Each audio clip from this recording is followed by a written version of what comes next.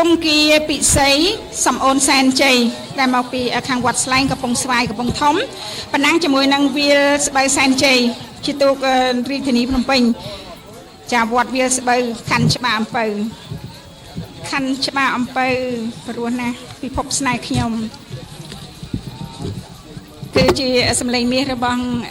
សិនស៊ីសមុទ្រចាខ្សែទឹកខាងក្រៅបាននាំមុខនេះគឺជាទូកមិនមែនជាគូពិសេសទេលេខសម្គាល់ទូកនាងខ្ញុំសូមពិនិត្យបន្តិចសិនចាបន្តិចសិន168ខ្សែទឹកខាងក្រៅចាវាលស្បូវសែនជ័យវត្តវាលស្បូវច្បារអំពៅកំពុងតែមានព្រៀបជាង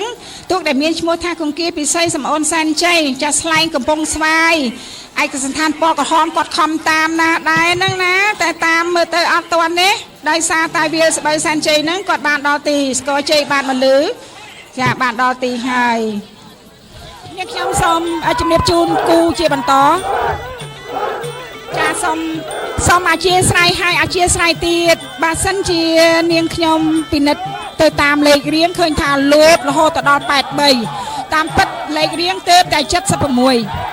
ដូច្នេះនេះខ្ញុំសូមអនុញ្ញាតបន្តិចដើម្បីមើលចាមើលឲ្យបានច្បាស់អំពីលេខទូកលេខសម្គាល់ទូកទើបអាចដឹងពិតប្រាកដអត់ទាន់បានឃើញច្បាស់ទេបងប្អូនដែលកំពុងរងចាំស្ដាប់ថាតើទូក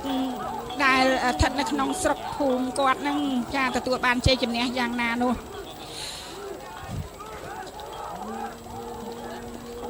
100លេខ168ចា168បានន័យទូកគូទី84ចាទូកគូទី84ខ្សែទៅខាងក្នុងវាលស្បូវសែនជ័យ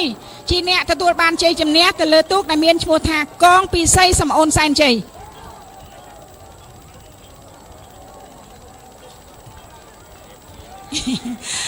នេះខ្ញុំពិបាកជម្រាបជូនដែរ